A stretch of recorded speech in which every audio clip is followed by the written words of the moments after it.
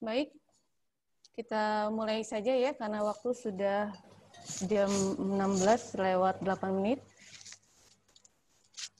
Assalamualaikum warahmatullahi wabarakatuh. Assalamualaikum warahmatullahi wabarakatuh. Kepada yang terhormat Ketua DPC PKS Jati Sampurna, Ketua RKI Sampurna, Asatis dan Asatizah, pembicara kita yang sudah berada di tengah-tengah kita, Ayah Bunda yang sekarang sudah berada di ruang Zoom dan juga di ruang YouTube. Alhamdulillah, puji syukur kehadirat Allah Subhanahu wa taala kita panjatkan. Alhamdulillah kita semua hari ini dalam keadaan sehat walafiat dan juga keluarga kita ya. Semoga Allah senantiasa memberikan kesehatan kepada kita semua, kepada keluarga kita dan juga kepada bangsa Indonesia ini, dan semoga kita segera bisa terlepas dari pandemi COVID-19 yang sekarang sedang melanda bangsa kita ini dan juga bangsa-bangsa yang lainnya. Salat dan salam kita panjatkan kepada junjungan kita Nabi besar Muhammad SAW. Semoga kita menjadi umat beliau yang istiqomah hingga akhir hayat kita. Baik, alhamdulillah pada hari ini hari Sabtu tanggal 26 September 2020 kita sebentar lagi ya akan mengikuti kajian kesehatan online yang bisa disimak bersama-sama baik di ruang Zoom ataupun di ruang YouTube ya, YouTube PKS Jati Sampurna. Sebelumnya perkenalkan saya Ratnasari Dewi dari RKI Jatiraden yang hari ini bertugas sebagai MC. Baik, kita buka saja kajian online kita pada hari ini dengan sama-sama membaca lafaz basmalah. Bismillahirrahmanirrahim. Hadis riwayat Muslim, Abu Hurairah meriwayatkan Rasulullah SAW pernah berkata, seorang muslim yang kuat lebih baik dan lebih disukai oleh Allah daripada yang lemah, dan keduanya baik. Kemudian pepatah Latin mengatakan, mensana en corpore sano, dalam tubuh yang sehat terdapat jiwa yang kuat. Nah, pada kondisi pandemi seperti ini, bagaimana kita bisa mencapai kondisi kesehatan yang baik? Ya, jadi kita ketahui satunya adalah dengan salah tiga ya. Antara lain dengan makan ya, dengan makan makanan yang bergizi dan seimbang, kemudian mengkonsumsi vitamin ya, dan juga berolahraga. Ya, jadi salah satu cara kita untuk tetap bisa sehat pada masa pandemi seperti ini adalah salah satunya adalah dengan kita menjaga kesehatan kita dengan cara berolahraga. Tapi ada pertanyaan gitu ya. Ada pertanyaan bagaimana kita bisa berolahraga dalam kondisi seperti ini. Mau olahraga keluar, mau lari, mau jogging, mau bersepeda takut gitu ya. Karena kita nggak tahu nih virusnya ada di mana gitu ya. Mau senam apalagi, karena kalau kita mau senam pasti kita harus kumpul gitu ya. Kumpul biasa ibu-ibu kita kumpul-kumpul bareng gitu ya untuk senam-senam bersama-sama gitu. Nah, keliling-keliling komplek gitu ya, itu bikin kita takut gitu ya. Ini aman nggak gitu? Karena kalau misalnya kita keluar, berarti kan kita harus pakai masker. Ya, kemudian kita mau jogging, sepedahan pakai masker, tapi keluhannya biasanya engep ya. Kalau pakai masker tuh rasanya tuh engep gitu.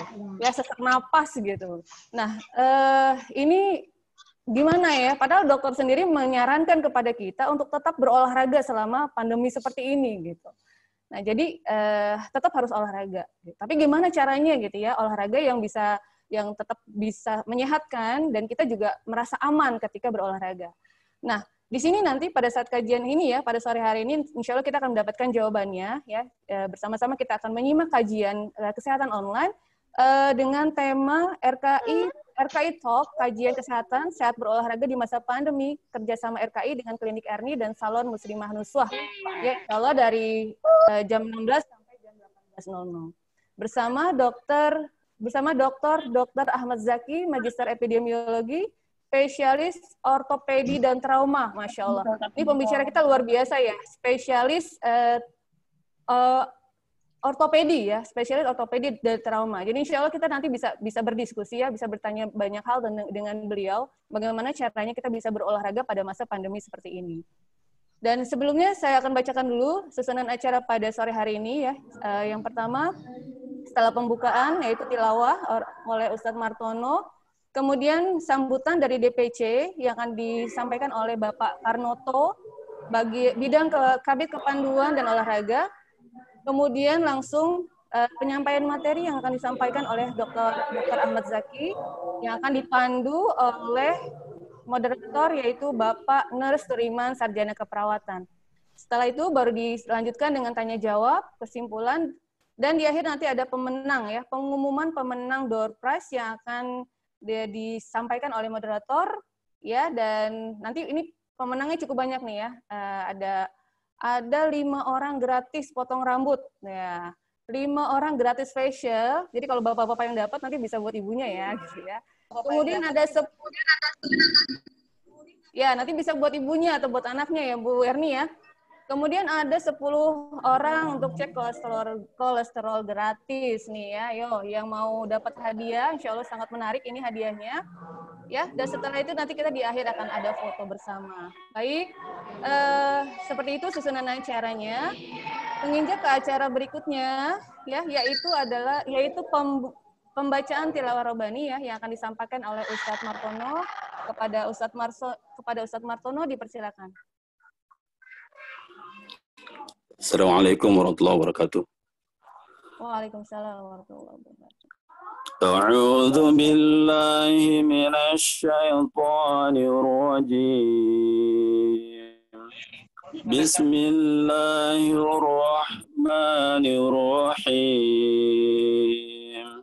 Dzalika bi anna Allah lam yakum ghayran ni'matan an'amaha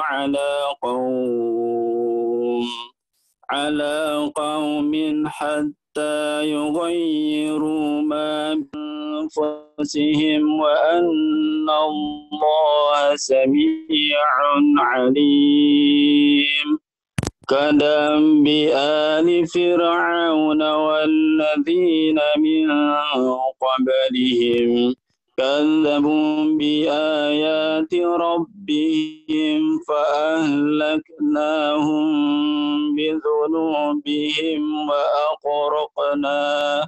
وأغرقنا آل فرعون وكل كانوا ظالمين إن شر الدواب عند الله الذين كفروا فهم لا يؤمنون الذين عاهدت منهم ثم ينقضون عهدهم في كل مرة وهم لا يتقون فإما تثقفنهم في الحرب فشرد بهم من خلفهم لعلهم يذكرون وإما تخافن من قوم خيانة فانبذ إليهم على سواء إن الله لا يحب الخائنين ولا يحسبن الذين كفروا سبقوا إنهم لا يعجزون وأعدوا لهم ما استطعتم من قوة ومن رباط الخيل ترهبون به عدو الله وعدوكم وآخرين من دونهم لا تعلمونهم الله يعلمهم وما تنفقوا من شيء في سبيل الله يوفى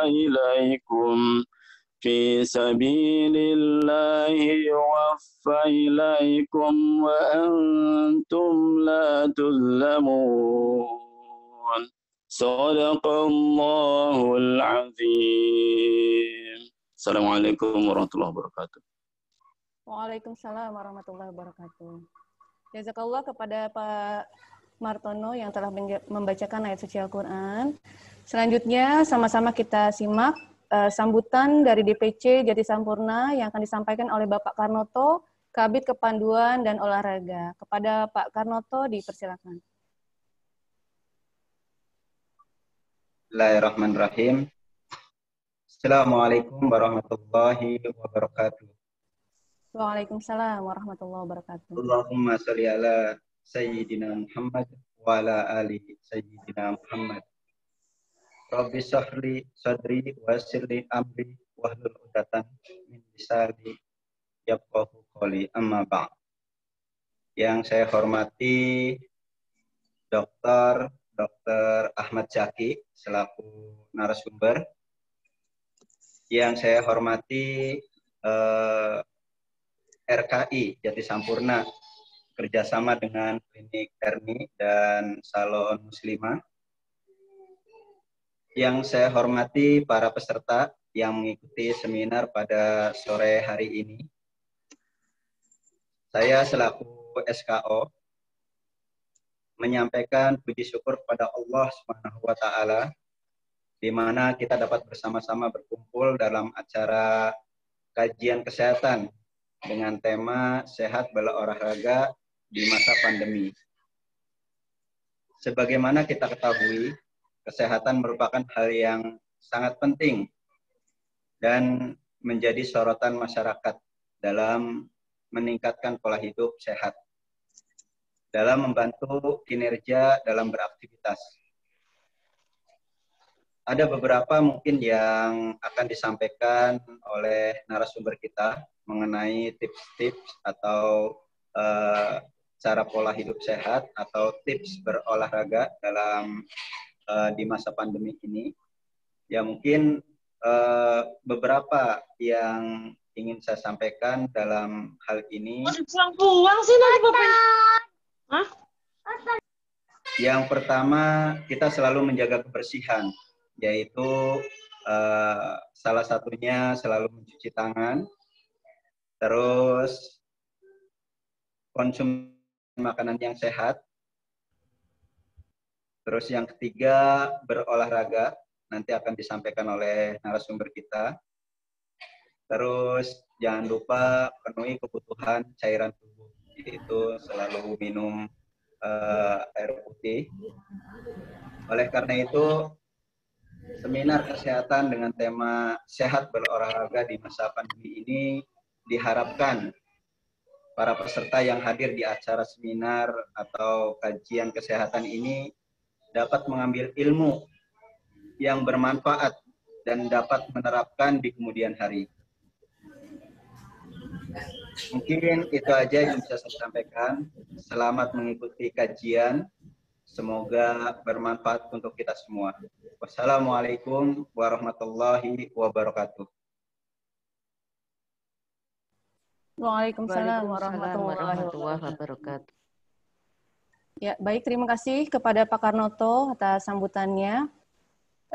Menginjak ke acara selanjutnya, yaitu paparan materi yang akan disampaikan oleh Dr. Ahmad Zaki. Sebelumnya, Pak Turiman, apakah masih ada di sini? Siap, baik. Bu. Masih ada ya, Pak ya. Baik. Untuk selanjutnya, paparan materi oleh Dr. Zaki. Sebelumnya saya akan sampaikan dulu. Materi ini akan dipandu oleh Bapak Nurse Turiman, ya. Jadi saya akan bacakan untuk CV Pak Turiman, ya. Pak Turiman dengan nama lengkap Nurse Turiman Sarjana Keperawatan, lahir di Ciamis 19 Februari 1980. Beliau tinggal di Perum Wahana ya Pak ya, Wahana Pondok Gede, Blok B1, Jatiranggon, Jati Sampurna. Sudah menikah, latar belakang pendidikan sarjana keperawatan dari Universitas Indonesia. Pendidikan non formalnya banyak sekali ya.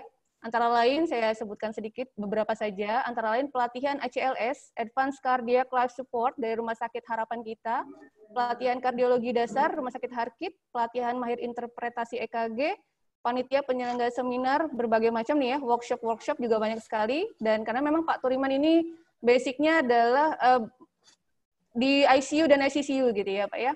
Jadi pelatihannya juga banyak di situ. Pengalaman organisasi Ketua Bidang Pelayanan PPNI, Perhimpunan Perawat Nasional Indonesia Jakarta Timur, Bidang Diklat, Hiperci, kemudian pengurus Prokami, kemudian Ketua Umum Forum Perawat Kesehatan Haji Indonesia. Pengalaman kerja antara lain perawat pelaksana di Rumah Sakit MMC Jakarta, perawat pelaksana di ruang ICU Rumah Sakit Haji, Kepala Ruang ICCU Rumah Sakit Haji, Kasubag Mutu Profesi Komite Keperawatan, Instalasi Diklat Rumah Sakit Haji, klinisi gawat darurat Rumah Sakit Haji, dan masih banyak yang lainnya. Ya, antara lain instruktur BTCLS, ya, kemudian juga dosen pengajar juga. Masya Allah, banyak sekali ya riwayat pengalaman kerja dari Pak Turiman ini. Baik, langsung saja kepada Pak Turiman, dipersilakan untuk memandu kegiatan pada sore hari ini. Silakan Pak Turiman. Baik, terima kasih Bu Ratna. Bagaimana suara saya jelasnya Bu ya? Tidak putus-putus. Jelas Pak, iya. Alhamdulillahirrabbilalamin. Salatu wassalamu ala asrafil anbiya'i wa mursalin wa ala alihi wa sahbihi asma'in. Yang saya hormati Ketua DPC Jati Sampurna, kemudian yang saya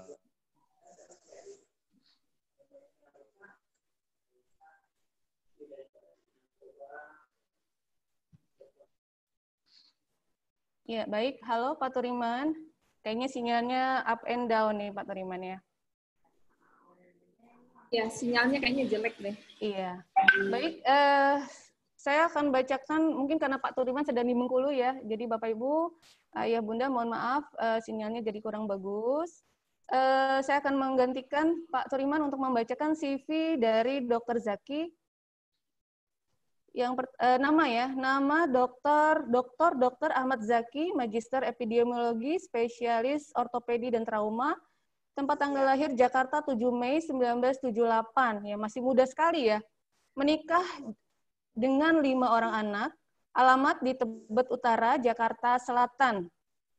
Institusi Bagian Ilmu Bedah, Fakultas Kedokteran Universitas Islam Negeri Syarif Hidayatullah Jakarta, jabatan sebagai Kaprodi Kedokteran Fakultas Kedokteran UIN Syarif Hidayatullah Jakarta tahun 2019 sampai 2022. Pangkatnya lektor ya, golongannya 3D. Ya, tadi status sudah menikah dengan 5 orang anak ya, pendidikan terakhir ya S3 strata 3 atau Doktor Epidemiologi Klinik FKM UI Jakarta 2013 sampai 2019.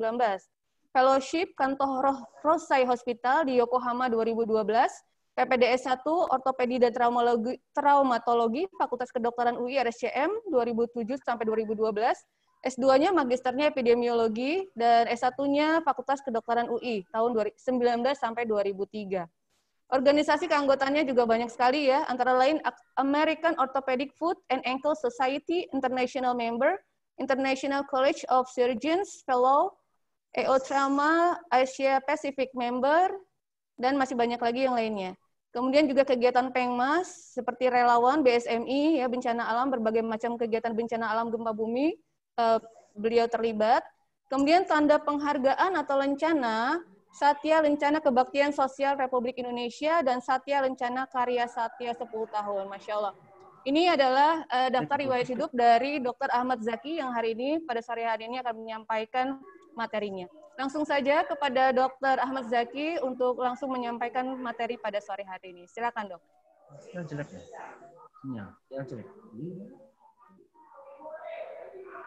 Bismillahirrahmanirrahim. Assalamualaikum warahmatullahi wabarakatuh.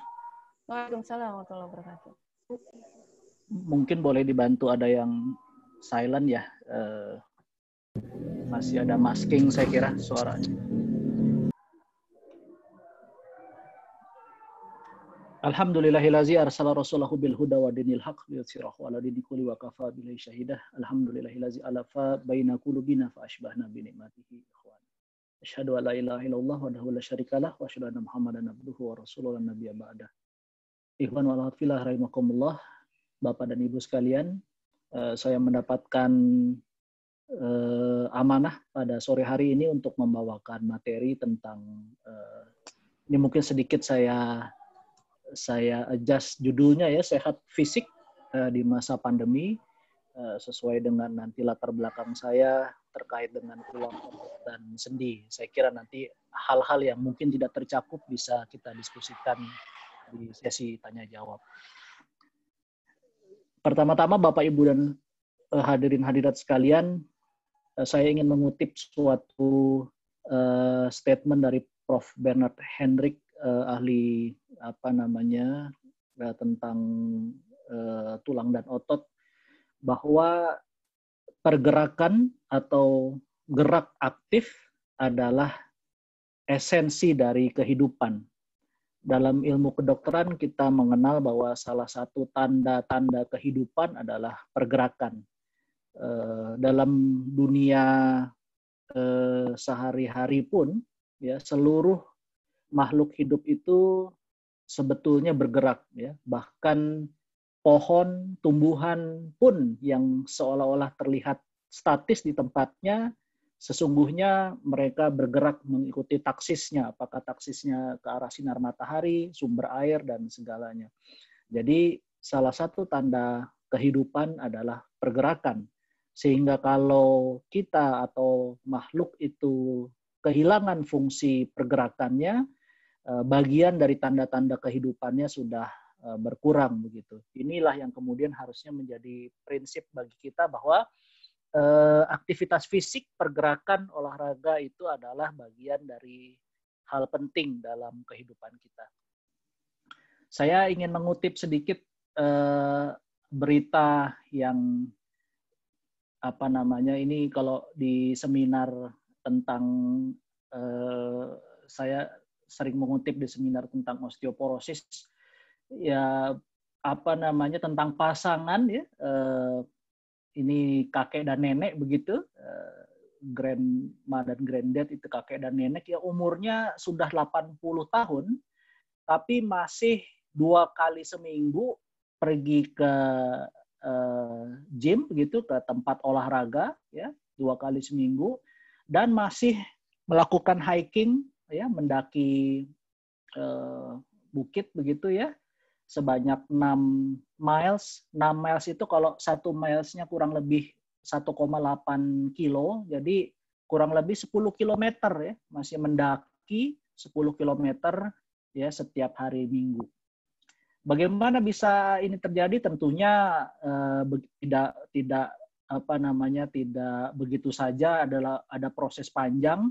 Tapi yang saya ingin sampaikan di sini artinya bukan tidak mungkin begitu, ya.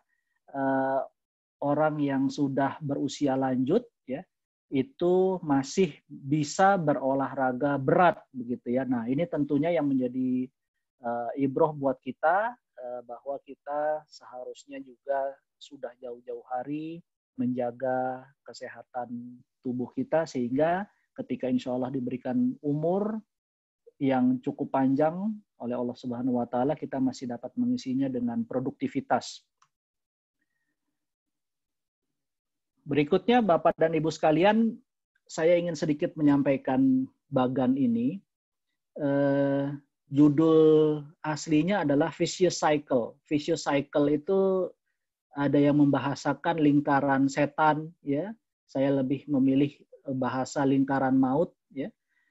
Yang porosnya intinya adalah pergerakan, ya. Intinya adalah pergerakan.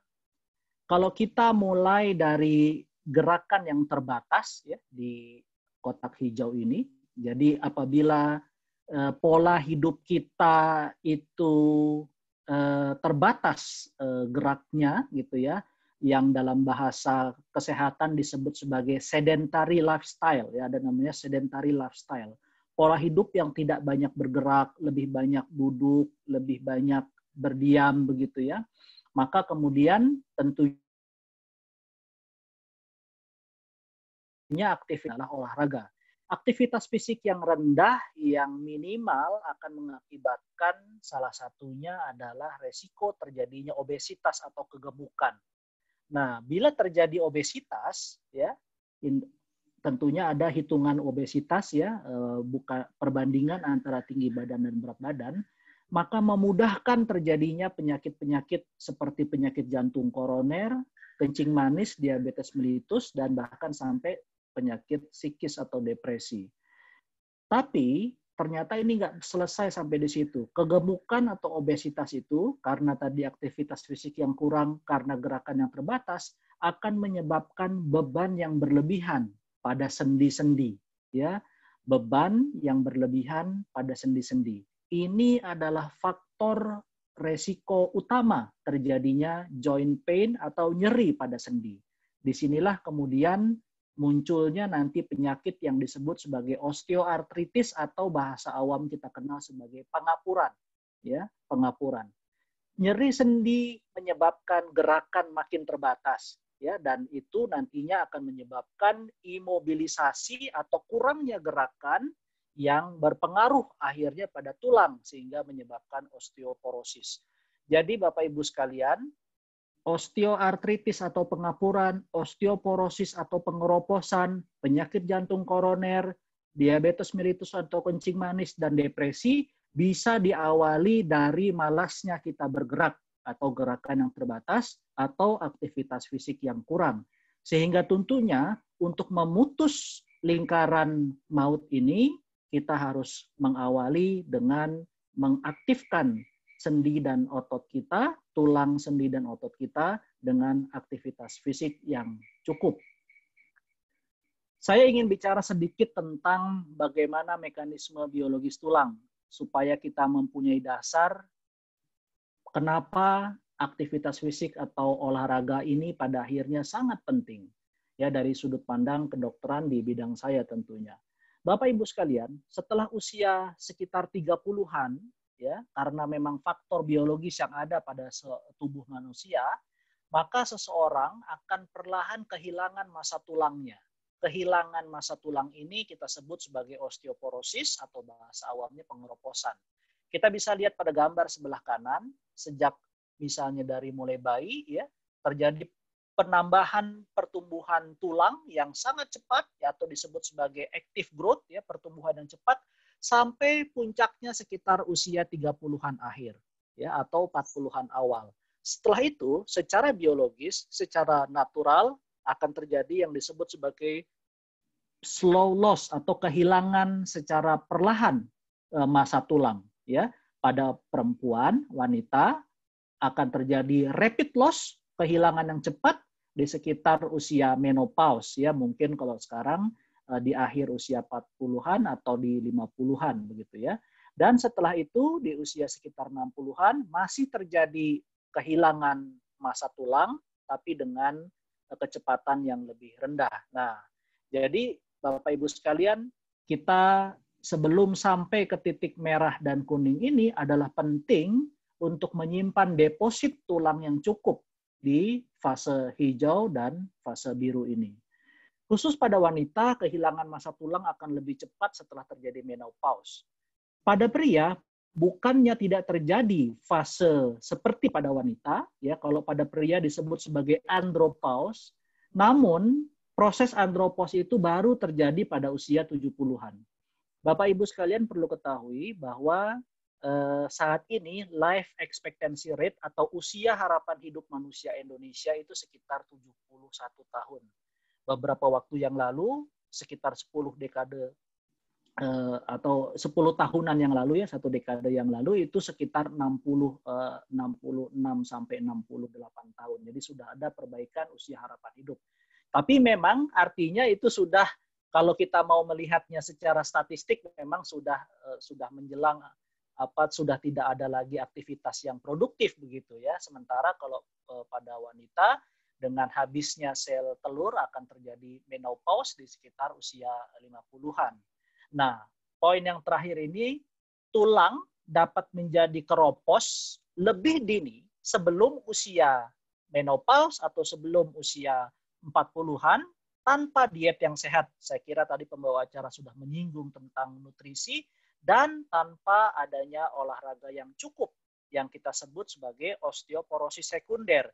Jadi pengeroposan yang terjadi sebelum waktunya istilahnya begitu. Jadi inilah kemudian salah satu hal pentingnya juga olahraga dilakukan sejak awal gitu ya.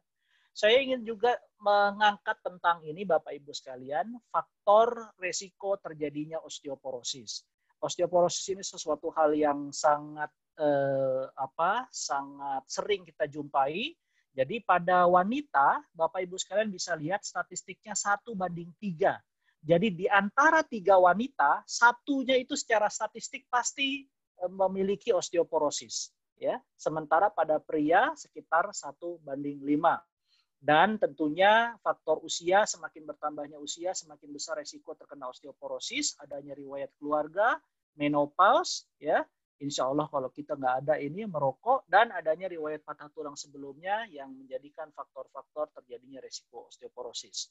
Saya ingin kita semua fokus pada kotak hijau karena ini adalah faktor-faktor yang kita dapat modifikasi, kita dapat rubah untuk mencegah terjadinya osteoporosis. Salah satu resikonya ialah kekurangan kalsium dan vitamin D, konsumsi obat-obatan tertentu secara jangka panjang, ya, merokok juga, kemudian konsumsi alkohol dan kafein yang berlebihan, mungkin di kita adalah ini terkait kafein, dan yang terakhir, kurangnya latihan fisik atau olahraga yang menjadi salah satu faktor risiko penting terjadinya osteoporosis. Jadi ingat ibu-ibu terutama, ya, 1 dari 3 secara statistik itu pasti mengalami osteoporosis. Masalahnya kemudian, osteoporosis kita kenal sebagai silent disease. Tidak ada gejala yang dirasakan, ya, sebelum betul-betul terjadinya osteoporosis. Biasanya terkait juga dengan patah tulang, ya, kita tahu orang menderita osteoporosis kalau tidak dilakukan screening atau pengecekan, ya. Misalnya jatuh hanya terpleset atau jatuh hanya terbentur kemudian patah. Nah, itu kita tahu bahwa sebetulnya sudah terjadi osteoporosis. Sebelum terjadinya kejadian itu, maka hampir-hampir tidak ada gejala yang bisa menunjukkan bahwa seseorang memiliki resiko osteoporosis kalau tidak dilakukan screening. Saya ingin mengangkat osteoporosis di Indonesia, bahwa hampir 3,6 juta perempuan di atas usia 50 tahun di Indonesia menderita osteoporosis. Secara umum tidak memandang jenis kelamin, 2 dari 5 orang di Indonesia memiliki risiko osteoporosis. Khusus pada perempuan, ini yang menarik, hanya sekitar 1/3 perempuan Indonesia yang mengkonsumsi kalsium sesuai rekomendasi, sekitar 1000 mg per hari. Jadi hanya 1/3 perempuan Indonesia yang mengkonsumsi kalsium cukup, ya. Dan bahkan ini yang lebih gawatnya lagi, hanya 14%, ya, hanya 14% perempuan Indonesia yang berolahraga secara rutin dari data Puslitbang Gizi ini. Dan sekitar setengah dari perempuan Indonesia tidak mengkonsumsi produk-produk olahan susu yang kita tahu banyak mengandung kalsium dan vitamin D. Bapak Ibu sekalian, bukan hanya tulang yang terpengaruh dengan tidak kita berolahraga dengan baik, ya, tapi ada juga penyakit yang disebut sebagai sarkopenia. Kalau tadi masalahnya pada tulang, kalau sarkopenia ini pengaruhnya kepada otot. Boleh Bapak Ibu lihat bahwa di sebelah kiri ini adalah otot yang normal, ya, yang masih padat begitu, di mana 96%-nya terdiri dari serat-serat otot. Sementara kalau kita memiliki pola hidup yang kurang olahraga, atau tadi disebut sebagai sedentary lifestyle, ya, yang sedentary itu artinya kurang gerak, kurang olahraga, maka serat-serat ototnya akan hilang digantikan oleh lemak, ya. 4% adiposa ini lemak. Jadi massa ototnya akan berkurang. Massa otot yang berkurang akan mengakibatkan kurangnya kemampuan gerak dari tulang itu sendiri. Karena tulang tanpa digerakkan oleh otot tidak akan bisa bergerak, ya. Ini gambarannya bagaimana otot bahu atau kita sebut sebagai deltoid, ya, menurun dengan tidak dilatihnya otot-otot dengan baik. Dan penurunan kesehatan otot atau muscle health itu dipengaruhi oleh banyak hal, di antara tadi nutrisi, ya, kurangnya kalsium dan vitamin D, kemudian perubahan hormonal termasuk di dalamnya tadi misalnya pada wanita yang menopause, dan adanya lifestyle faktor. Ini yang saya kira menjadi underline atau titik tekan kita, aktivitas fisik yang rendah, obesitas yang tinggi, dan dipengaruhi juga oleh faktor risiko merokok. Lifestyle faktor inilah yang dikatakan memegang peranan penting dari menurunnya kesehatan otot atau dengan bahasa kedokterannya disebut sebagai sarkopenia. Apa efek sarkopenia ini? Kemampuan energi dasar untuk aktivitas itu menjadi rendah, ya. Sensitivitas terhadap insulin menjadi rendah sehingga mudah menderita kencing manis, kekuatan otot dan massa otot berkurang, ya, meningkatnya ketidakmampuan gerak-gerak aktif, ya, bahkan juga dikatakan meningkatnya resiko jatuh. Ya, ada ilmu yang namanya fall risk atau resiko jatuh begitu ya, karena di situ nanti kita bisa melihat apakah seseorang itu mudah menderita patah tulang dengan tingginya risk of falls atau resiko jatuh, dan pada akhirnya meningkatkan resiko terjadinya kematian begitu ya. Nah, saya ingin kita melihat rekomendasi dari American Heart Association atau Asosiasi Jantung Amerika Serikat yang secara umum dijadikan sebagai reference oleh kedokteran terkait dengan rekomendasi untuk berolahraga. Ini penting Bapak Ibu sekalian karena ini yang sering dijadikan bahan edukasi oleh dokter-dokter terkait dengan volume seseorang itu berolahraga. Jadi diperlukan olahraga aerobik dengan intensitas moderat, jadi aerobik yang moderat begitu ya, sekitar 150 menit per minggu. 150 menit per minggu. Biasanya kita akan sarankan untuk dibagi. Misalkan 30 menit per hari, artinya 5 hari dalam seminggu dengan masing-masing 30 menit per hari, olahraga aerobik dengan intensitas yang menengah atau moderat. Atau olahraga yang sifatnya aerobik dengan intensitas yang tinggi atau high impact begitu ya, sekitar 75 menit per minggu. Dan keduanya ini bisa dikombinasi ya antara keduanya. Jadi nanti kita akan kenal intensitas yang moderat atau menengah dan intensitas yang berat atau tinggi ya, yang kita bisa kombinasikan. Disarankan untuk menambahkan olahraga penguatan otot dari moderat hingga tinggi dengan menggunakan beban ya seperti angkat beban. Ini pun berlaku untuk wanita sebetulnya, atau dengan resistance ya yang menggunakan alat-alat tertentu begitu sekitar 2 hari dalam seminggu. Dan ini termasuk dalam rekomendasi yang utama, mengurangi waktu duduk. Jadi kita tidak boleh banyak-banyak duduk nih ternyata ya, harus mengisi waktu kita dengan pergerakan aktif walaupun di masa pandemi ini. Dan giat aktif minimal 300 menit atau 5 jam per minggu. Jadi ada pola aktivitas yang walaupun tidak dinisbatkan untuk olahraga tapi giat secara aktif. Berikutnya saya ingin kita memahami yang dimaksud dengan olahraga dengan intensitas ya. Disebut sebagai aerobik atau juga nama lainnya adalah kardio ya, yang ini bertujuan mengaktifkan sistem kardiovaskular kita, sistem pembuluh darah dan jantung kita, sehingga dengan olahraga ini harusnya akan meningkatkan detak jantung atau denyut nadi kita. Jadi kita tahu banyak olahraga ya, catur pun dibilangnya olahraga, tapi kalau tidak meningkatkan detak jantung atau denyut nadi kita, maka tidak bisa dibilang sebagai aerobik ya atau kardio. Jadi olahraga ya apapun itu bentuknya yang akan mengaktifkan sistem jantung pembuluh darah kita sehingga efeknya adalah meningkatkan detak jantung atau denyut nadi kita. Ini akan bermanfaat untuk jantung kita karena akan memperbaiki performa sistem kardiorespiratori atau jantung dan pernafasan kita. Bila kita melaksanakan olahraga ini dengan intensitas moderat, jantung kita akan berdetak lebih cepat. Jadi itu harus berakibat, olahraga ini mengakibatkan jantung berdetak lebih cepat dan nafas akan memberat. Jadi memang harus begitu ya, jantung akan berdetak lebih cepat dan nafas harus memberat. Jadi kalau kita olahraga tapi kita nafasnya rasanya enteng-enteng saja, nah ini belum masuk olahraga dengan kategori aerobik atau kardio ya. Tapi walaupun rasanya nafas lebih berat, ukurannya kita masih dapat berbicara ringan.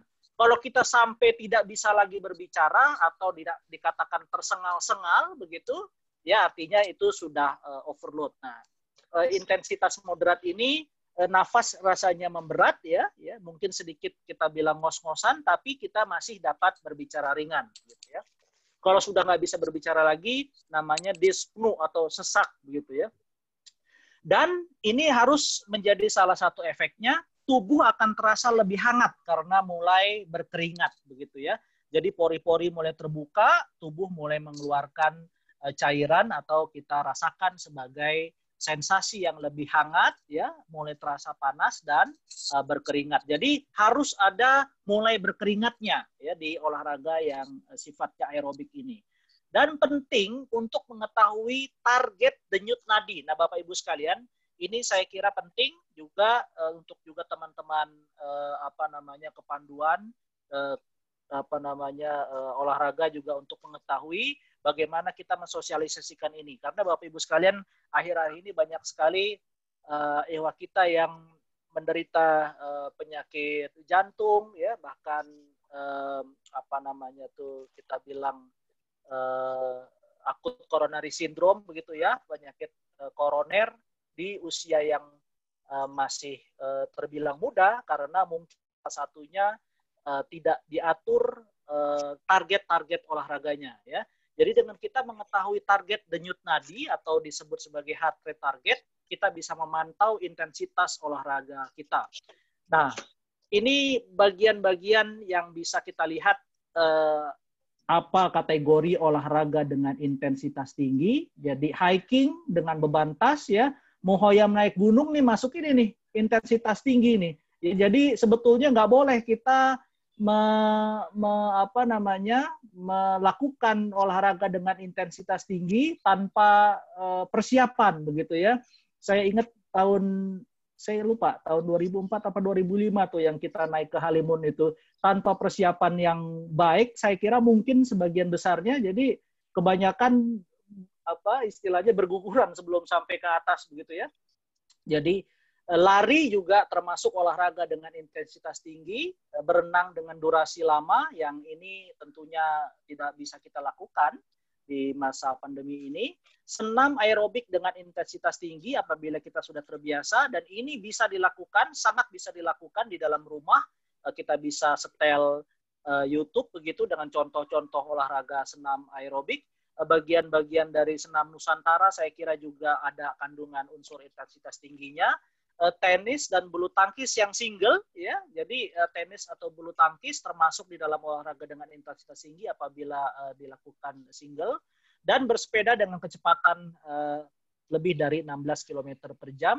Kemudian secara khusus American Heart Association memasukkan jumping rope di dalam olahraga intensitas tinggi ini karena mereka di sana banyak variasi-variasi untuk dilakukan di gym. Nah, saya ingin melihat kotak hijau karena ini sebetulnya yang paling baik apabila dilakukan dengan jangka panjang, olahraga dengan intensitas moderat ya.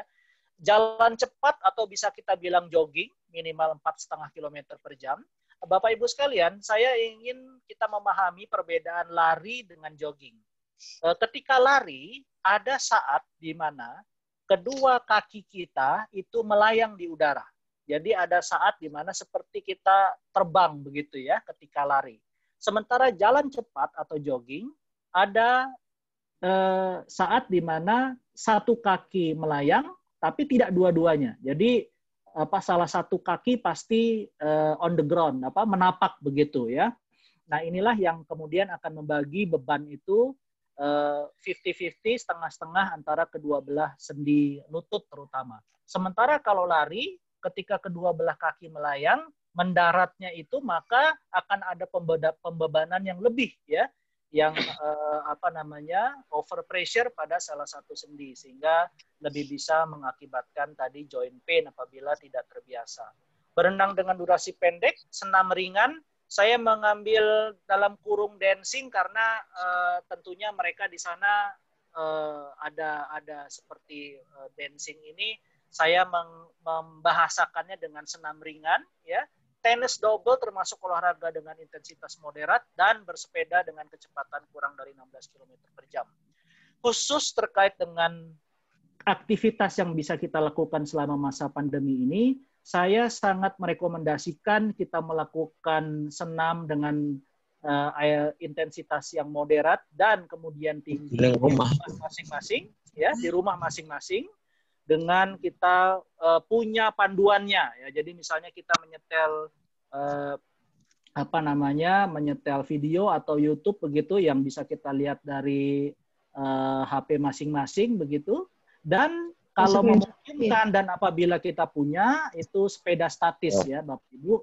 Ini kalau saya di tempat praktek apabila ada pasien-pasien dengan pengapuran atau osteoartritis yang lansia, saya merekomendasikan untuk melakukan olahraga sepeda statis. Sepeda statis ini sangat bermanfaat. Kenapa? Karena pertama, melatih pergerakan sendi tanpa beban tubuh yang berlebih. Apalagi kalau tubuhnya obesitas atau kegemukan begitu ya. Itu kalau jalan atau jogging dengan tubuh yang gemuk umumnya sudah merasa sakit.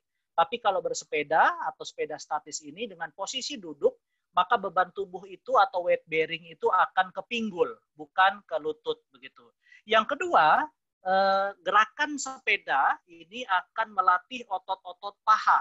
Ya, dengan otot-otot paha yang terlatih dan lebih kuat, maka akan menyerap beban tubuh yang berlebih sehingga tidak langsung ke sendi. Nah, ini juga bagian dari tadi kita tahu sarkopenia atau penurunan massa otot karena tidak dilatih begitu ya. Tapi kalau misalkan kita bisa bersepeda di rumah begitu ya, mungkin kita modifikasi saja sederhana begitu, artinya kita aman, tidak perlu keluar rumah ya, mau hujan mau panas kita masih dapat beraktivitas, atau dengan senam ringan di dalam rumah tentunya dengan panduan.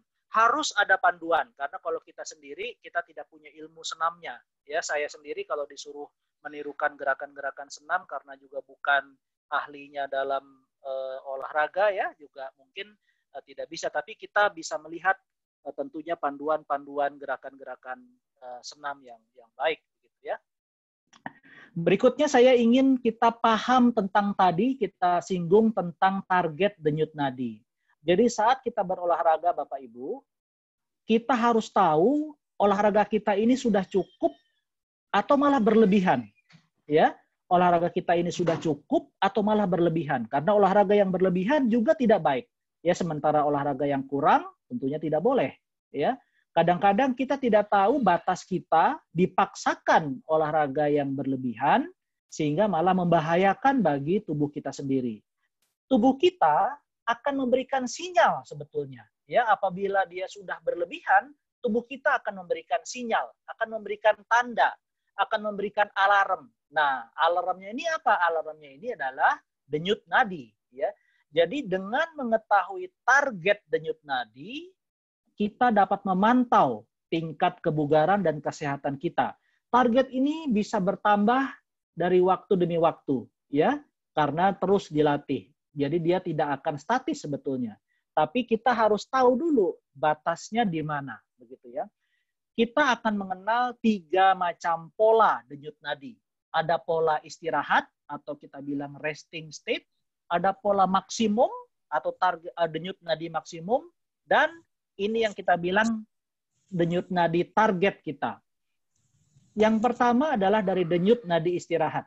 Bapak Ibu, kita harus tahu denyut nadi istirahat kita, yaitu denyut nadi yang diukur 1 menit. Jadi kita ukur denyut nadi kita ya di pergelangan tangan itu ya 1 menit ketika belum beraktivitas fisik berat.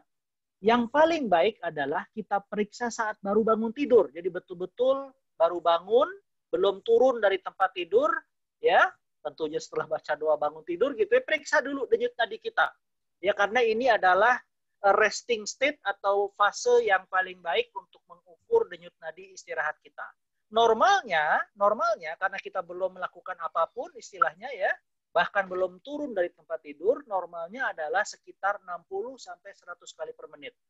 Kalau atlet atau orang yang sudah terlatih, bahkan dia bisa sampai 40 kali per menit. Jadi dia bisa sampai rendah sekali begitu ya, denyut nadi istirahatnya. Tapi yang normal sebetulnya antara 60 sampai 70. Kalau sudah borderline 90-100 itu sebetulnya sudah mulai ada tanda-tanda ya. Denyut nadi yang tinggi yang lebih dari 100 kali per menit ini sangat terkait dengan tingkat kebugaran kita yang rendah, ya bisa jadi merupakan tanda adanya tekanan darah yang tinggi atau hipertensi, dan bisa jadi juga ini terkait dengan berat badan kita yang tinggi. Jadi kita paling tidak harus punya denyut nadi istirahat sekitar 60 sampai di bawah 100 begitu ya. Sementara denyut nadi maksimum kita, ini secara umum kita mengukur denyut nadi maksimum kita, denyut nadi yang kita boleh capai secara maksimal. Jadi kalau lebih dari itu sudah berbahaya. Kita menghitungnya dengan 220 dikurang usia. Jadi misalkan usia kita 40 tahun, ya 220 dikurang 40, maka denyut nadi maksimum kita hanya boleh mencapai sekitar 180 kali per menit. Ya, jadi hitungan kasarnya 220 dikurang usia. Bila misalnya kita mencapai 200 kali per menit, maka itu sudah berbahaya. Wajib kita istirahat untuk menurunkan denyut nadi kita. Ya. Kemudian target denyut nadi ketika olahraga, nah ini nih kembali ke yang tadi itu. Kalau kita berolahraga dengan intensitas yang moderat, maka kita harus mencapai 50-70% saja dari denyut nadi maksimum. Jadi kalau tadi denyut nadi kita dengan usia 40 tahun maksimalnya 180 kali per menit, maka denyut nadi kita dengan olahraga moderat itu sekitar 90 kali per menit sampai 120-an kali per menit. Ukur denyut nadi kita. Kalau lebih dari itu, maka sebaiknya kita kurangi, begitu ya. Kalau sudah makin terbiasa dan kita sudah bisa berolahraga dengan intensitas tinggi, maka bisa mencapai 70-85% dari denyut nadi maksimum. Ya, jadi kalau itu sekitar 120 sampai 150. Tapi tetap tidak boleh lebih dari denyut nadi maksimum karena ini akan berbahaya untuk sistem kardiovaskular kita, sistem jantung dan pembuluh darah kita. Kita bisa memilih olahraga yang tepat dengan volume olahraga yang cukup, ya, tidak berlebihan, begitu ya, atau malah kurang, ya. Jadi kalau ternyata denyut nadinya nggak menyampai 50% denyut nadi maksimum, ya artinya masih belum cukup intensitas olahraganya. Jadi ini tempat kita mengukur denyut nadi. Umumnya kita ukur di tangan kanan dengan menggunakan tangan kiri. Ingat kita tidak boleh mengukur dengan jempol ya. Kita mengukurnya dengan jari telunjuk dan jari tengah, melihat jam, dan kalau bisa diukur 1 menit penuh. Jangan diukur 15 detik dikali 4, begitu diukur 1 menit penuh. Dan ini adalah gambaran bagaimana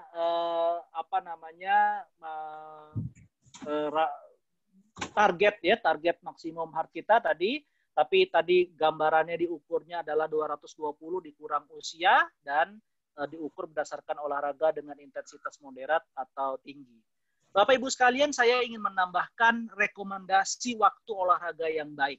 Ya, rekomendasi waktu olahraga yang baik. Saya ingin kaitkan ini dengan kebutuhan kita akan vitamin D. Jadi ini saya mengutip jurnal atau hasil penelitian dari guru kami di FKUI, Profesor Siti Setiati, yang mengkaji tentang peranan sinar ultraviolet B atau sinar matahari, ya, sun exposure, pajanan sinar matahari, terhadap vitamin D pada wanita lansia di Indonesia. Jadi penelitiannya ternyata kadar vitamin D wanita, terutama dalam penelitian itu tuh sangat-sangat rendah. Jadi 35% perempuan dalam penelitian beliau itu memiliki defisiensi vitamin D. Ini salah satu hal yang juga saya angkat di disertasi saya, bagaimana hampir 60% perempuan mengalami kekurangan vitamin D.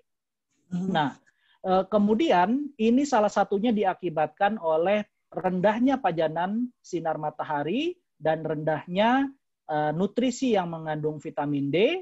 Di lain hal, dengan makin bertambahnya usia, maka deposit vitamin D, ya, sintesis vitamin D di kulit itu akan semakin berkurang. Kita tahu bahwa vitamin D prekursornya, bahannya itu ada di bawah kulit kita, tapi dengan semakin bertambahnya usia, maka depositnya makin lama akan makin berkurang. Kesimpulan dari penelitian beliau ini adalah penelitian yang paling tinggi levelnya, randomized clinical trial, karena diuji cobakan langsung kepada pasien, ya, bahwa pajanan sinar ultraviolet B atau sinar matahari yang paling baik adalah pada pukul 9 pagi. Paling tidak selama 25 menit, minimal 3 kali seminggu. Ini akan bisa memperbaiki kadar vitamin D. Jadi saya sangat merekomendasikan waktu olahraga, untuk kita bisa olahraga di halaman misalnya, ya, di halaman rumah atau di rumah yang bagian rumah yang ada sinar mataharinya, ya, pada pukul 9 pagi, paling tidak 25 sampai 30 menit, minimal 3 kali seminggu. Kalau misalkan kita berolahraga 30 menit, sebetulnya menurut rekomendasi tadi kan kita 5 hari dalam seminggu dengan olahraga minimal 30 menit. Saya kira itu juga cukup untuk kita mendapatkan pajanan sinar matahari yang terpapar ultraviolet B. Kenapa pada pukul 9? Karena kalau lihat dari hasil penelitian beliau, yang paling rendah itu di pagi hari jam 7. Jam 7 itu masih sangat rendah pajanannya. Ini beliau jadi menggunakan reseptor ultraviolet B yang ditempel di pasien-pasien begitu. Paling tinggi sebetulnya pada tengah hari. Tapi kalau kita olahraga tengah hari sepertinya nggak tepat juga begitu ya. Mungkin malah kayak kita nyari masalah begitu, olahraga di siang hari. Nah, rekomendasinya adalah, atau prefer intensity-nya adalah pada pukul 9, penelitiannya hampir sama di Jakarta Barat, Jakarta Utara, Jakarta Selatan, dan di daerah Bekasi. Jadi rekomendasi beliau untuk daerah Jabodetabek, terpapar sinar matahari pada pukul 9 pagi, kurang lebih setengah jam, minimal 3 kali seminggu. Saya kira itu Bapak Ibu yang bisa saya sampaikan. Lebih kurangnya mohon maaf. Nanti mungkin kita lanjutkan dengan diskusi. Wabillahi taufiq wal hidayah. Wassalamualaikum warahmatullahi wabarakatuh. Baik. Ya, silakan Pak Tariman. Ya, mohon maaf tadi terputus Bu Ratna. Luar biasa Dr. Zaki terkait dengan pemaparannya. Ini sangat bermanfaat untuk Bapak Ibu semuanya. Ini banyak pertanyaan di kolom chat nih Dr. Zaki. Mungkin saya bacakan satu persatu ini. Pertanyaan pertama dari Pak Nur Haryadi. Ya. Assalamualaikum warahmatullahi wabarakatuh. Pak Dokter izin bertanya, jumlah penderita obesitas di Indonesia menurut data dari Kementerian Kesehatan RI tahun 2019 menempati urutan ke-10. Faktor apa saja yang menyebabkan obesitas ini begitu tinggi di Indonesia? Apakah juga disebabkan oleh budaya olahraga di Indonesia yang masih rendah? Mungkin itu dulu Dok, satu pertanyaan. Silakan. Baik, terima kasih Pak Nur Haryadi. Jadi memang prinsipnya seperti ini. Kita tolong pahami dulu istilah obesitas ya. Istilah obesitas itu sebetulnya ada di dalam bagian dari indeks massa tubuh, perbandingan tinggi badan dengan berat badan ya, karena itu dua variabel yang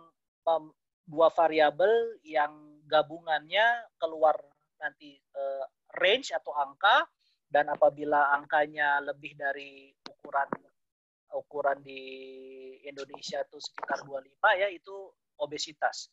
Tapi tolong pahami bahwa bisa jadi berat badan seseorang itu tinggi tapi dia sehat ya. Mohon maaf kalau saya menggunakan contoh, misalnya kita tahu Aderai ya. Saya kira semua mungkin tahu Aderai. Aderai itu obesitas. Ya, kalau diukur berat badannya itu berlebih dia. Ya, berat badannya berlebih. Ya, kalau dihitung indeks massa tubuh dia malah sangat obesitas. Tapi komposisi tubuhnya ya bukan lemak ya, mayoritasnya otot. Nah, jadi kita jangan berdebat di istilah obesitasnya, tapi yang lebih penting sesungguhnya adalah komposisi tubuh. Karena bisa jadi seseorang itu obesitas, tapi komposisinya mayoritasnya adalah massa otot karena dilatih terus. Nah, itu nggak masalah tuh ya. Karena yang berbahaya adalah obesitas yang isinya memang komposisinya mayoritas lemak.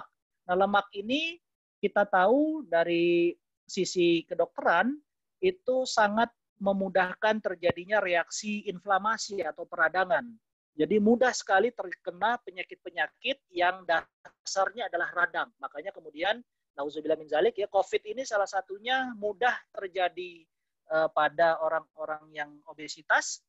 Maksudnya reaksinya mudah berat pada orang-orang obesitas karena sangat didukung dengan proses inflamasinya. Ya, jadi tentunya saya ingin mendorong, ya, karena gini, kalau kita hanya targetnya pada berat badan, akan susah tuh. Nurunin berat badan itu nggak ada yang bilang mudah. Begitu banyak cara, begitu banyak teori, begitu banyak anjuran atau pola, metode untuk menurunkan berat badan. Ya, saya tidak dalam posisi misalnya menganjurkan pakai keto, pakai intermediate atau yang lain-lain. Tapi yang penting adalah bahwa bukan hanya menurunkan beratnya, tapi juga memastikan bahwa komposisi tubuh kita bukan mayoritas lemak, tapi mayoritas terdiri dari otot, ya. Karena bisa jadi dia obes tapi sehat karena mayoritasnya komposisi tubuhnya adalah lemak. Tapi bisa jadi seseorang itu tidak obes, kurus, tapi tidak sehat, ya, tidak sehat karena ya tidak terbentuk juga otot-ototnya. Saya kira begitu, Pak. Terima kasih, Dok, untuk jawabannya, mungkin Pak Nur Haryadi. Pertanyaan selanjutnya ini dari banyak banget ya pertanyaannya, dari Ibu Diah Kurniawati. Ya, ada 2 pertanyaan ini dari Ibu Diah. Susu sapi dengan susu kambing lebih baik mana, Dok, terkait dengan kalsium tulang? Kemudian untuk konsumsi makan yang berkalsium, berapa lama pencernaan untuk mengolah untuk merekatkan kalsium tulang kalau sudah terjadi sakit, apakah sudah terlambat? Mungkin itu dulu, Dok, pertanyaannya. Ya, saya mohon maaf, background saya adalah ortopedi, ya. Saya mungkin belum punya pengetahuan tentang perbandingan komposisi antara susu sapi dengan susu kambing, begitu ya. Mungkin nanti kalau ada yang lebih paham bisa menjawab, tapi yang utama adalah, ya, yang menjadi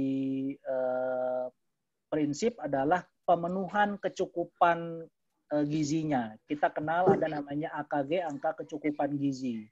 Jadi kalsium itu dibutuhkan pada periode antara 40 tahun, usia 40 tahun sampai 60 tahun itu sekitar 1000 mg per hari. 1000 mg per hari. Jadi kalau nanti mungkin, ya, kemasan atau hitungan 1 gelas susu sapi atau susu kambing yang mau dibandingkan tadi dilihat saja, karena saya kira nggak mungkin tercukupi 1000 mg itu dengan 1 gelas atau 2 gelas susu, mau susu sapi atau mau susu kambing.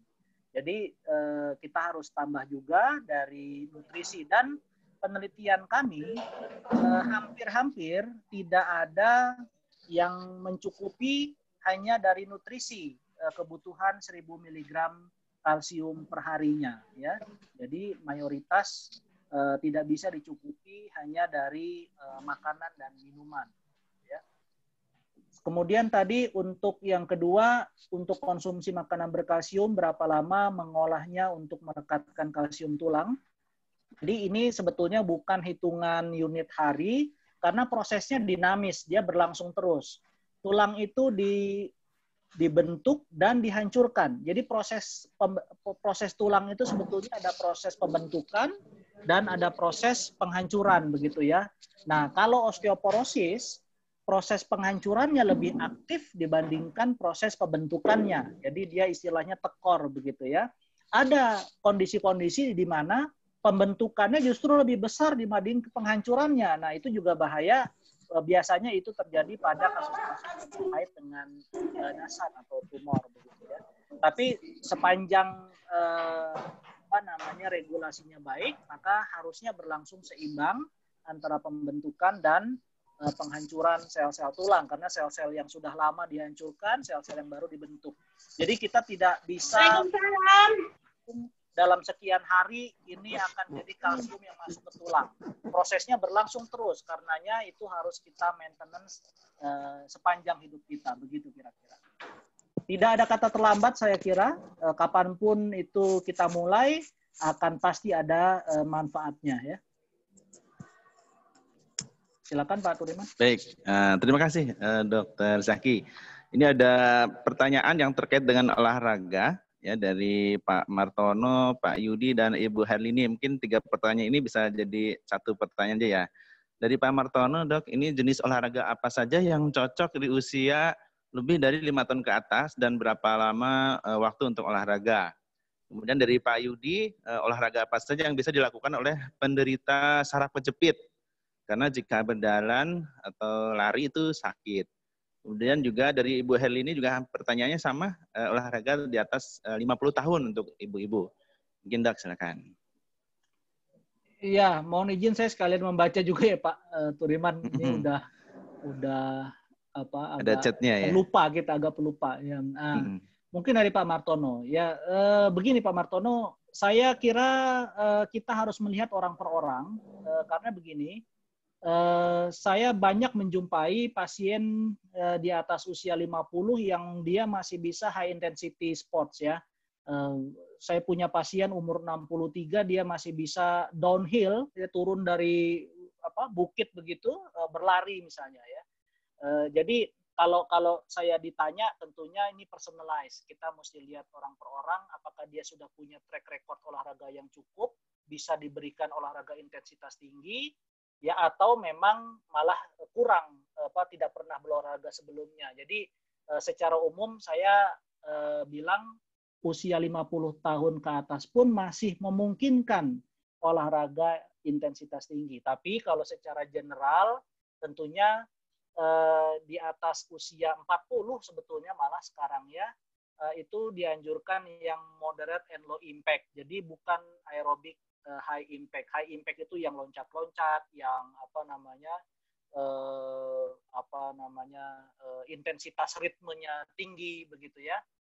Ya, jadi saya lebih prefer kalau secara umum moderate. Ya, moderate itu yang dia low impact. Jadi tidak ada beban langsung ke sendi, terutama sendi pinggul, sendi lutut, dan sendi pergelangan kaki. Ya, jadi olahraga-olahraga seperti jogging begitu ya, bukan lari ya. Kemudian bersepeda ya, berenang ya, atau kalau yang agak banyak variasinya juga boleh senam-senam tertentu begitu yang dia moderate dan low impact. Yang penting menurut saya adalah targetnya adalah maintenance dari otot, bukan targetnya untuk memperbesar volume, tapi maintenance dari otot dan penjagaan sistem kardiovaskular. Ini yang lebih penting, sehingga kita targetnya adalah untuk bisa mencapai tadi target denyut nadi sesuai dengan usia begitu ya. Kemudian olahraga yang bisa dilakukan oleh penderita ini mungkin maksudnya HNP begitu. Saya pingin pikiran kita dibalik dulu. Ini kalau udah tahu saraf kejepit, sudah tegak diagnosisnya, ya diobati dulu tuh Pak ya. Jangan sebaliknya nih, olahraganya menyesuaikan sama penyakit yang nggak diobati gitu. Penyakitnya diobati dulu, sehingga insya Allah bisa terbebas ya. Kalau memang tata laksananya bisa baik dan Allah memberikan kesembuhan, sehingga kemudian nanti olahraganya bisa menyesuaikan juga. Tapi apabila itu masih dalam proses, maka tentunya kita tidak boleh melakukan olahraga yang memberikan beban berlebih pada struktur vertebra atau struktur tulang belakang, terutama struktur pinggang bawah. Karena umumnya mayoritas kejadian HNP atau saraf kejepit itu ada di daerah lumbal, itu di daerah punggung bawah begitu ya, di atas pinggang. Jadi tentunya tidak boleh olahraga dengan beban misalnya ya, angkat berat dengan barbel dan yang berlebihan yang pembebanannya ke punggung bawah. Tapi olahraga yang mengaktifkan ekstremitas tuh lengan ya, lengan atas, lengan bawah, kemudian yang mengaktifkan sendi ya, sendi pergelangan kaki, sendi lutut itu tidak masalah, boleh dilakukan begitu ya. Dan tentunya untuk aktivitas-aktivitas yang agak berat untuk penderita saraf kejepit, saya anjurkan menggunakan korset ya, lumbosacral orthosis LSO, korset yang bisa menopang postur dari tulang belakangnya sehingga meminimalisasi efek ke sarafnya. Ini masih pertanyaan Bu Herlini Amran ya. Tadi mungkin sama ya. Saya kira olahraga sebetulnya tidak dibedakan untuk bapak-bapak atau ibu-ibu ya Bu ya. Untuk yang berusia 50 tahun ke atas juga cut off point 50 itu sebetulnya tidak juga definitif begitu. Karena tadi kalau misalnya masih mampu berolahraga dengan intensitas yang tinggi karena misalnya memang sudah terbiasa, ya silakan saja dilanjutkan begitu. Tapi yang penting mungkin ini ya Bu, pertama saya ingin mendorong ya terutama ibu-ibu yang sudah pre-menopause ya, kalau usia 50 tahun ke atas itu artinya kan sudah perimenopause ya, sudah menjelang menopause, itu juga untuk memeriksakan dulu bone densitometrinya, kepadatan massa tulangnya. Kalau kepadatan massa tulangnya masih baik ya, berdasarkan angka, jadi kita bisa nilai secara kuantitatif, maka sebetulnya olahraga-olahraga dengan intensitas tinggi masih dimungkinkan. Tapi kalau secara objektif kita tahu ada resiko osteoporosis yang dibuktikan dengan pemeriksaan massa tulang yang sudah mulai menurun, maka tentunya itu harus kita sesuaikan untuk tidak olahraga dengan pembebanan atau intensitas yang berat atau high impact begitu. Dan sejauh mana kalsium, saya mungkin lebih tepat menyebutkan kalsium dibanding susu karena apapun itu boleh ya kalsium, karena ada misalnya orang-orang yang laktosa intoleran sudah tidak bisa minum susu, ya tentunya digantikan dengan produk lain yang mengandung kalsium, bisa mencegah pengeroposan tulang. Kalsium dan vitamin D ini satu paket ya Bapak Ibu sekalian, karena konsentrasi vitamin D yang rendah akan mempengaruhi absorpsi kalsium di saluran cerna. Jadi vitamin D salah satu fungsinya itu membantu penyerapan kalsium di saluran cerna. Kalau vitamin D rendah, biasanya kalsiumnya juga rendah karena yang membantu untuk penyerapan kalsiumnya menurun begitu ya. Nah, kalsium dan vitamin D tentunya sangat penting dan berperan untuk proses metabolisme tulang, dan karenanya ada hubungan yang sangat erat ya, signifikan secara statistik antara rendahnya kadar kalsium vitamin D dengan osteoporosis. Tapi bukan satu-satunya. Tadi kita tahu aktivitas fisik, kemudian penyakit-penyakit tertentu, penggunaan obat-obatan jangka panjang itu juga mempengaruhi osteoporosis. Sehingga penting bagi kita untuk paling tidak pernah screening begitu ya, mengetahui kepadatan massa tulang kita untuk bisa melakukan antisipasi apabila sudah ada tanda-tanda terjadinya osteoporosis atau pengeroposan. Demikian Pak Budiman. Baik, terima kasih jawabannya Dr. Zaki. Ini luar biasa, semangat banget, ini banyak pertanyaan-pertanyaan ini Dok. Mungkin dua pertanyaan selanjutnya dari Ibu Diah Purnama Dewi. Izin bertanya dokter, saya ibu rumah tangga usia 45 tahun. Jika saya rutin olahraga treadmill, jalan cepat setiap minggu 3 kali hingga 5 kali dengan durasi 8 kilo tiap treadmill, apakah lebih dari cukup atau kurang? Apa saja jenis olahraga bagi saya yang sudah berumur lebih dari 45 tahun? Kemudian dari Ibu Irma, ada orang tua saya yang keluhan sakit di paha saat berjalan. Dari hasil ronsen terdapat spondilitis grade 1.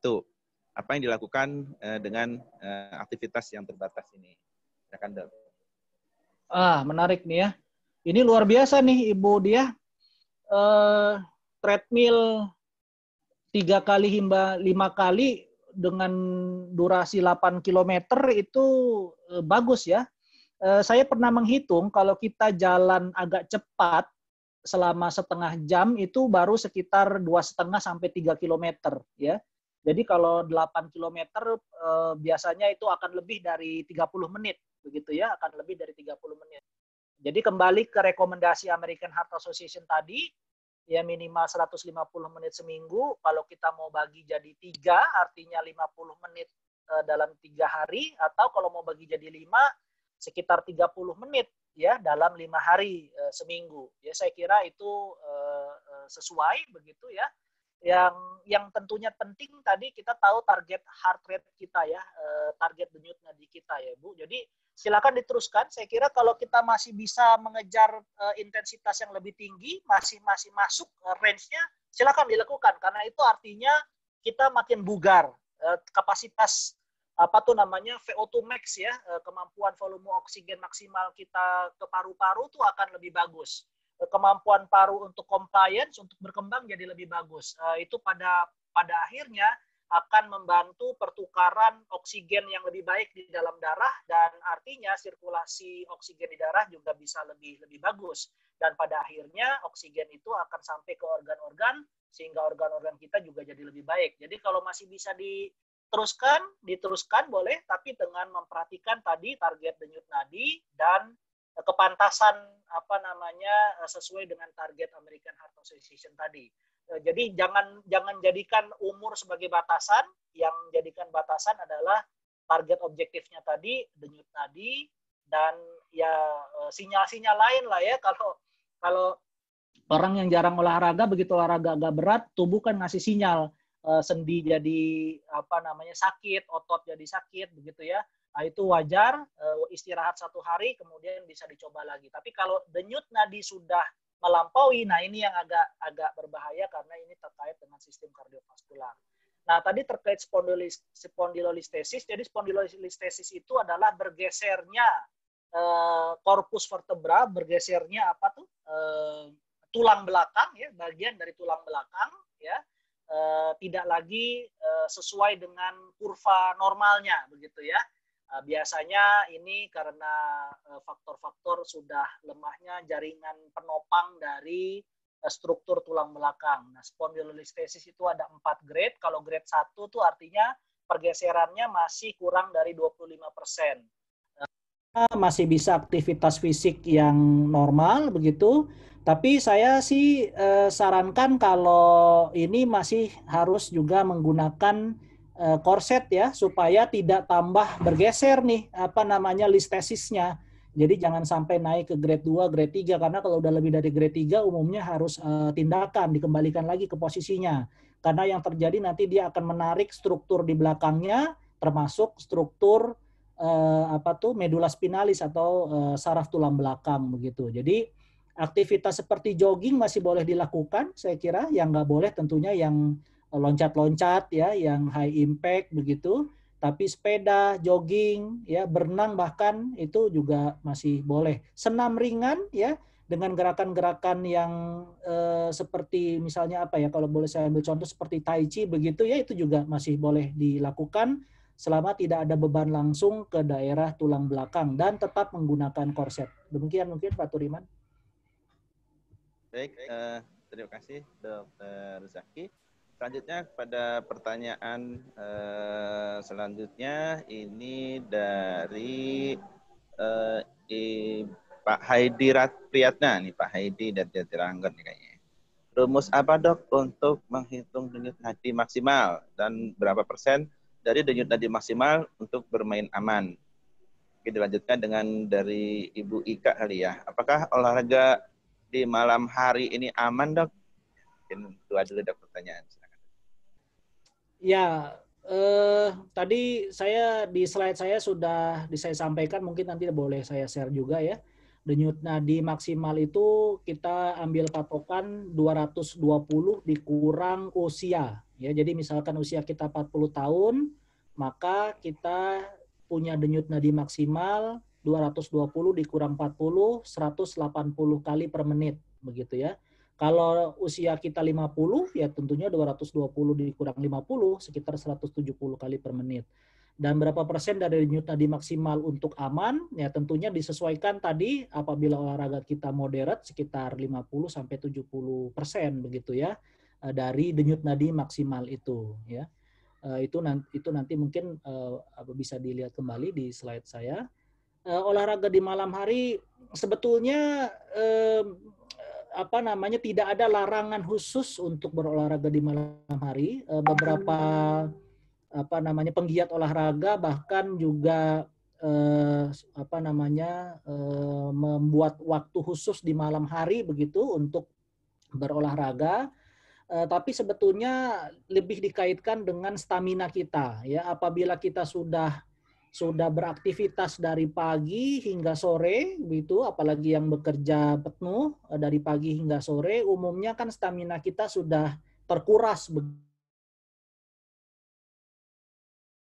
begitu. Cadangan energi kita juga mungkin kalau tidak diberikan nutrisi yang cukup juga berkurang begitu. Jadi kalau itu dipaksakan dengan olahraga yang intensitasnya tinggi di malam hari, biasanya tidak bisa baik gitu ya, karena sudah dipakai seharian penuh. Tapi untuk mereka yang sudah terbiasa dan mereka yang mungkin ya secara teoritis sudah punya deposit cadangan energi yang cukup, sebetulnya tidak ada masalah begitu ya.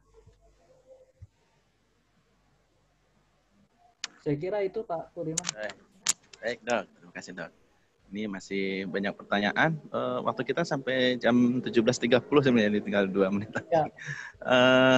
Mungkin saya bacakan lagi. Ini pertanyaan dari Pak Nur Haryadi kali ya.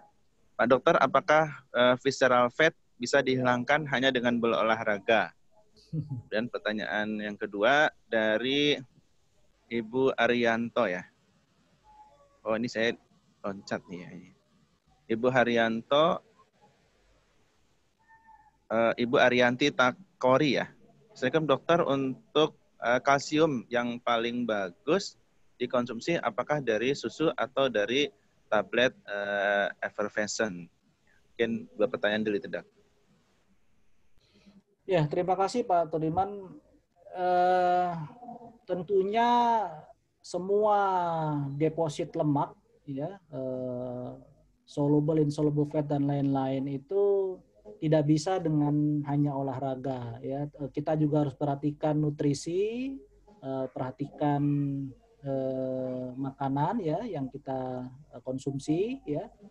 Tapi kalau itu tidak seimbang, ini artinya kan yang dimasukkan ya intake dengan kemudian apa yang dikeluarkan itu kan harus proporsional begitu ya.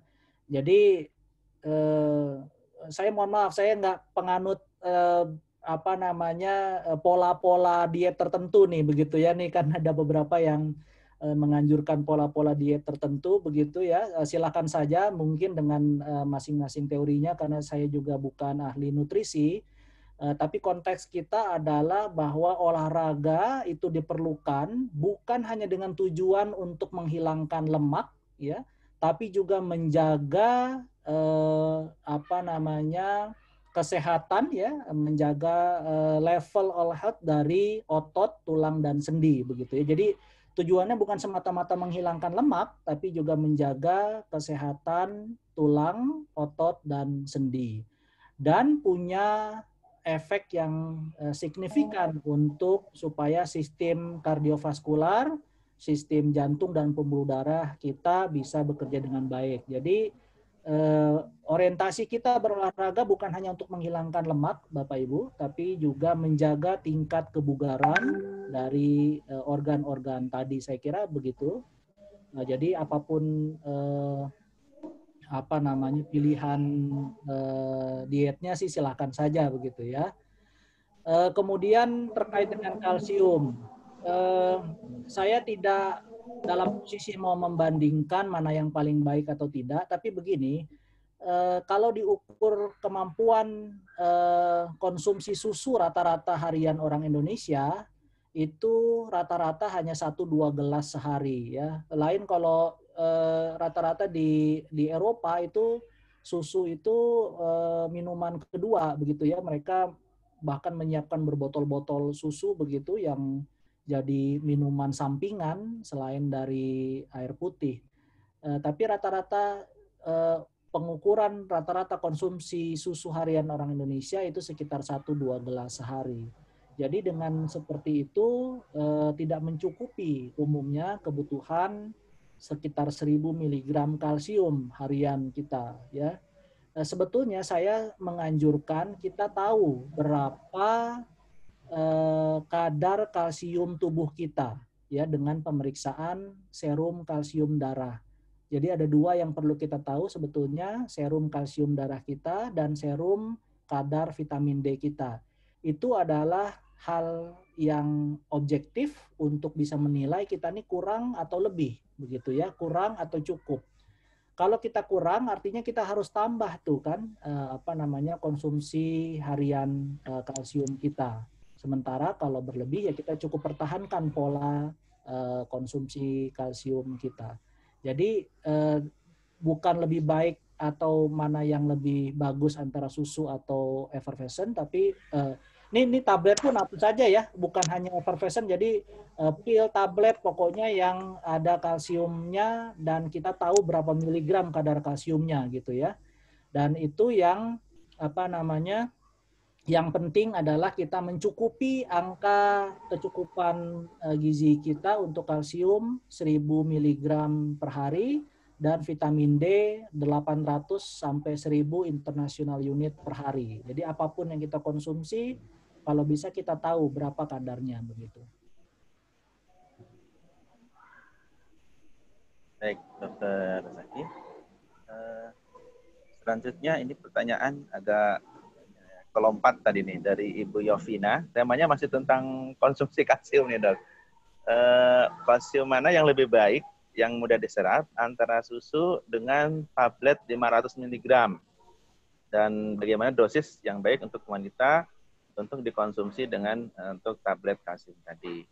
Kemudian pertanyaan yang kedua, ini masih ada 4 pertanyaan dari Pak Muhammad Umar.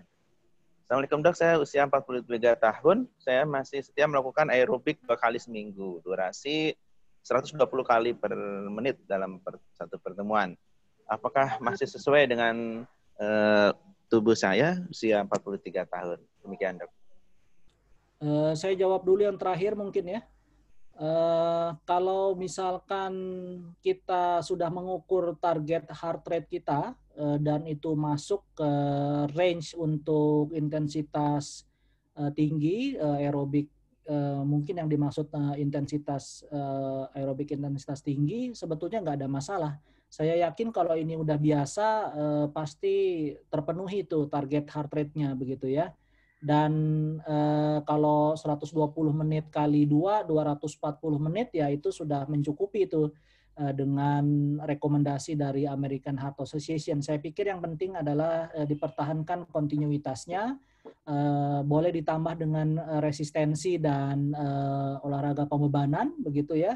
Dan bagus juga kalau kita ada yang kardio yang agak kardio yang agak berat begitu, yang detak jantung kita tadi rekomendasinya agak lebih berat begitu ya, seperti dengan beban misalnya ya, kita angkat beban, atau dengan olahraga yang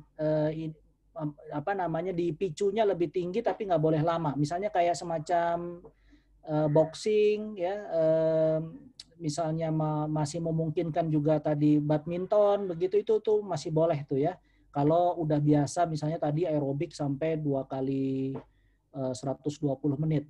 Ya, yang penting kita tahu ukuran target heart rate kita. Ini saya mohon maaf, ini penting walaupun saya mungkin bukan dokter jantung, tapi target heart rate ini penting karena kadang-kadang kita mendengar kasus sudden death arrhythmia itu ya, kematian yang kelihatan mendadak, tapi sebetulnya mungkin tubuh itu sudah memberikan tanda-tanda sebelumnya, tapi kita nggak aware begitu ya. Itu kira-kira.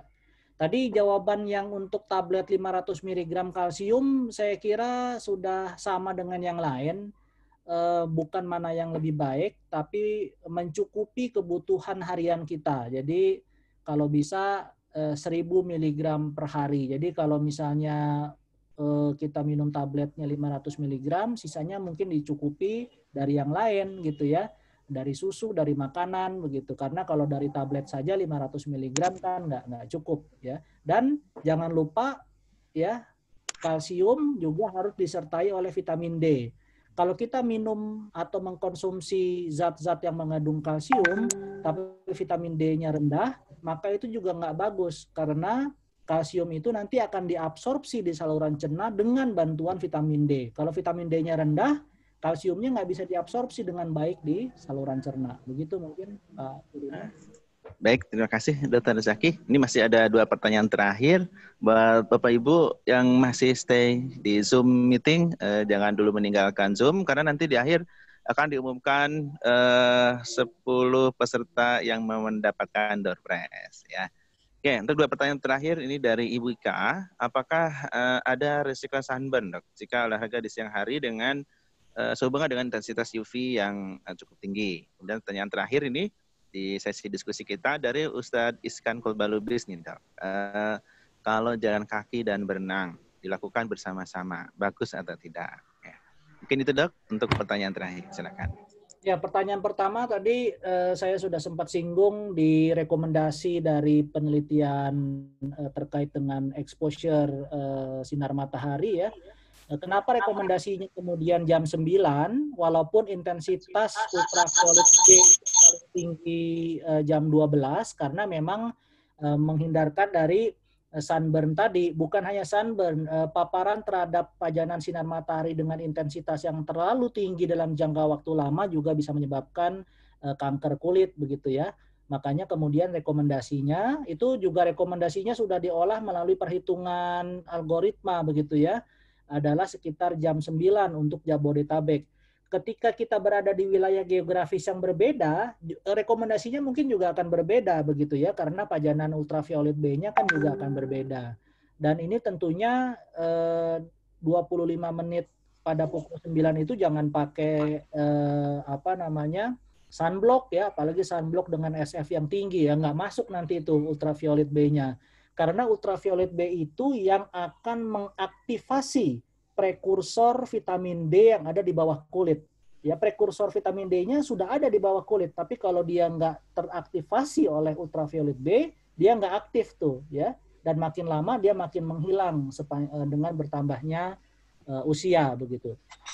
Kemudian untuk Ustadz Iskan, jalan kaki dan berenang di hari yang sama saya kira tidak ada masalah. Ustadz malah mungkin bagus ya jalan kaki dulu untuk supaya tubuh lebih meningkat suhu basalnya begitu ya. Kemudian dilanjutkan dengan berenang. Tapi yang perlu diingat adalah durasinya ya. Durasinya Ustadz, karena kalau durasinya terlalu banyak melebihi misalnya dari rekomendasi tadi 50 menit per hari untuk 3 hari dalam seminggu atau lebih dari 30 menit untuk 5 hari dalam seminggu, maka akan berlebihan. Dan yang penting sekali lagi saya sangat menekankan adalah target denyut nadi. Nah, kalau dengan jalan kaki aja tiba-tiba target denyut nadi kita sudah lebih dari target maksimal, jangan dilanjutkan lagi tuh karena akan berbahaya. Kita maintain dulu karena nanti lama-lama dia bisa beradaptasi. Ketika sudah bisa beradaptasi, nah kita bisa lanjutkan dengan olahraga yang lebih berat. Berenang ini lebih berat. Kenapa? Karena berenang ini mengaktifkan seluruh otot di tubuh kita. Makanya orang-orang dengan HNP ini dianjurkan berenang karena juga mengaktifkan otot-otot di sekitar tulang belakang begitu ya. Jadi sebetulnya berenang ini juga termasuk berat nih kalau nggak terbiasa. Semua sendi bergerak, hampir semua otot bergerak. Jadi memang salah satu olahraga yang paling efektif dalam mengaktifkan seluruh bagian otot dan sendi. Tapi artinya kita mesti hati-hati dengan tingkat kebugaran kita, mulai dari yang perlahan dulu. Saya pernah mendengar ini Ustadznya Pak Gita Wirjawan tuh, itu kan salah satu yang tingkat kebugarannya paling bagus. Dia itu rutin tiap hari berenang tapi strict hanya 20 menit, ya. Tiap hari tapi strict hanya 20 menit, tidak lebih dari 20 menit. Nah, itu disiplin menjaga durasi olahraga itu juga saya kira penting karena dia bisa memaintain nanti level of metabolismenya dengan bagus. Karena kalau udah berlebihan nanti tubuh juga akan kaget lah istilahnya begitu. Demikian mungkin Ustaz, terima kasih.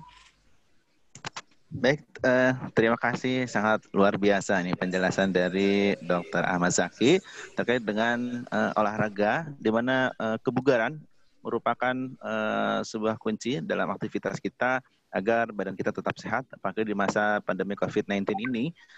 Meningkatkan imun ya adalah salah satu cara dengan berolahraga, di mana olahraga yang efektif sesuai dengan usia dan tentunya sifatnya individual ya Dok ya, sehingga sesuai dengan apa yang disarankan tadi dalam materi Dr. Zaki.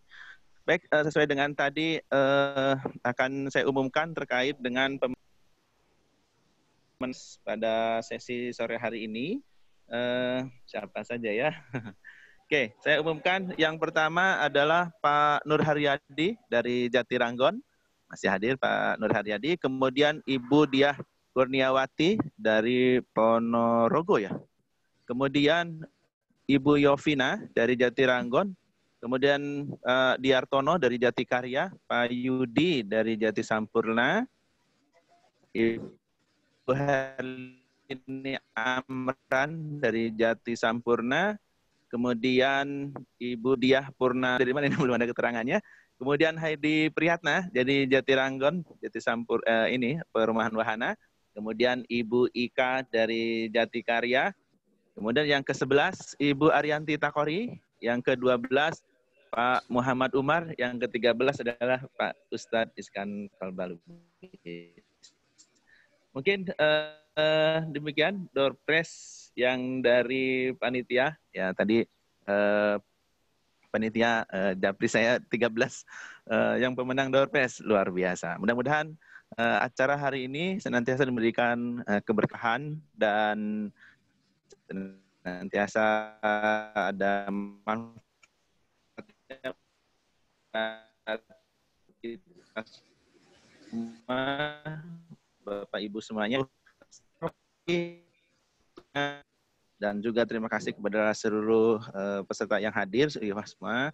Dan saya mohon maaf apabila dalam memandu acara ini kebetulan saya sedang ada di luar kota, jadi ini sinyal tidak stabil, sedang hujan besar. Kalau videonya nyala langsung lowbat ini. Mungkin demikian dari saya. Terima kasih. Ya, baik. Terima kasih kepada Pak Turman yang sudah memandu acara kajian kita pada sore hari ini. Terima kasih kepada Dr. Zaki yang sudah memberikan ilmunya yang luar biasa ya. Insya Allah sangat bermanfaat sekali untuk kami semua di sini, Dok. Ya, insya Allah nih buat kita semua ya, baik ibu-ibu, bapak-bapak. Jadi yang terpenting adalah kita mengatur lifestyle ya. Kita merubah lifestyle kita, gaya hidup kita, jangan malas untuk bergerak. Jadi olahraga, ya olahraga setiap hari secara rutin. Seperti tadi masukan dari Dr. Zaki, ya olahraga 150 menit per minggu bisa dibagi menjadi 3 kali gitu ya, 50 menit setiap kali kita berolahraga. Dan juga ketika berolahraga perhatikan juga target denyut nadi ya, itu yang paling penting. Dan selain itu juga konsumsi kalsium dan juga vitamin D. Karena kalau konsumsi kalsium saja, vitamin D-nya tidak, ya vitamin D itu mahal loh ya. Tapi kalau misalnya kita dapat dari sinar matahari, insya Allah itu murah, gratis gitu ya.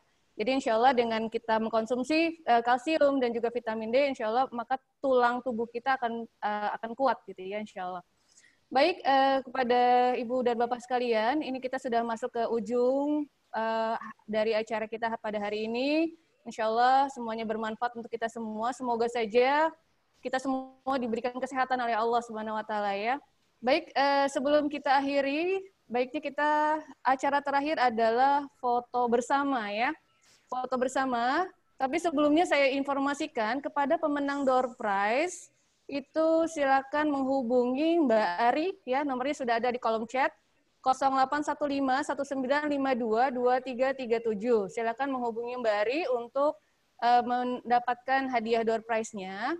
Nah, untuk bapak-bapak jangan khawatir ya. Nanti untuk bapak-bapak juga bisa untuk potong rambut ya ke barber Nuswah Salon ya. Jadi jangan khawatir nanti nggak di facial ya, tapi potong rambut di barber gitu.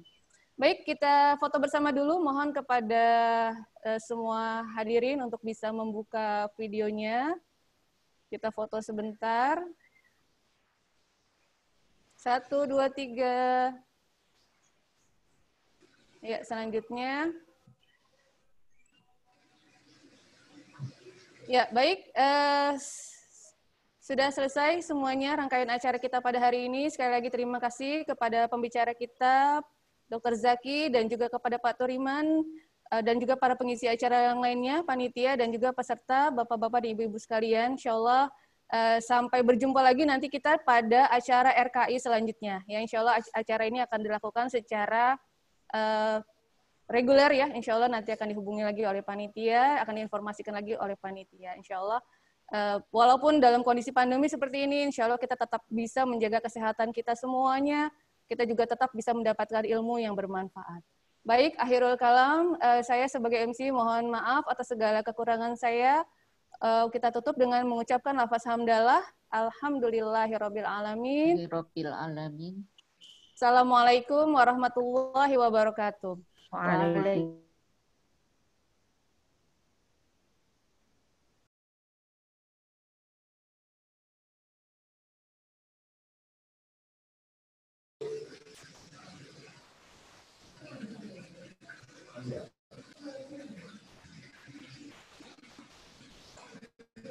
Bu Erni, terima kasih Bu.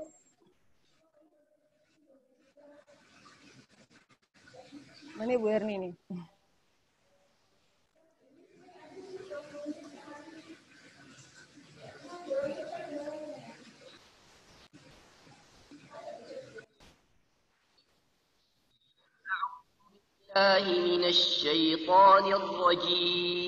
Ya, terima kasih ya kepada semua peserta. Bismillahirrahmanirrahim.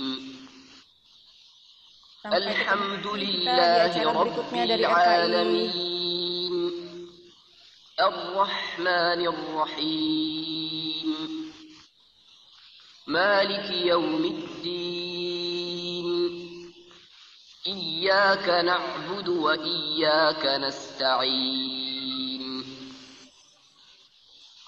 Ihdinas siratal mustaqim. Siratal ladzina an'amta 'alaihim ghairil maghdubi 'alaihim waladdallin.